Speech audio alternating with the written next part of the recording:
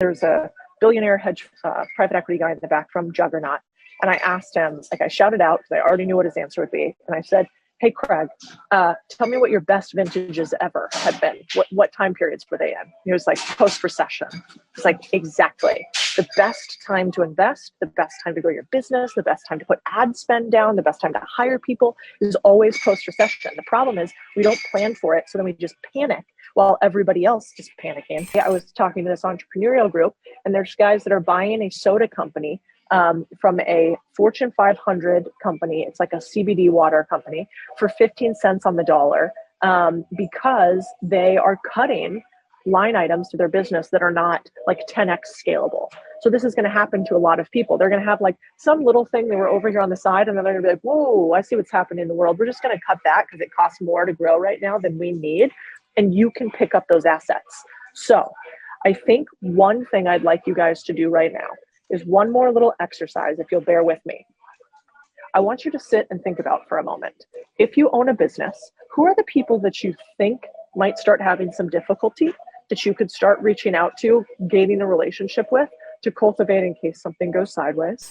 I think it's just important for everybody to know kind of the context on what's going on around inflation and kind of why that's so problematic for businesses, right? I think you see kind of any news article you'll see kind of the CPI print, the PPI print, et cetera. So you'll get kind of an idea of how inflation is really high.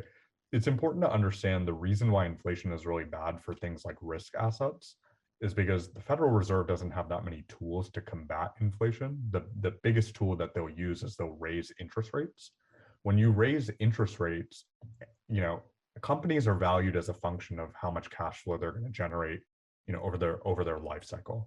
And so when you raise interest rates, what you're effectively doing is you're raising the discount rate or you're raising the cost of capital, right? And so that cash flow that's going to be coming in the future is getting discounted at a higher velocity.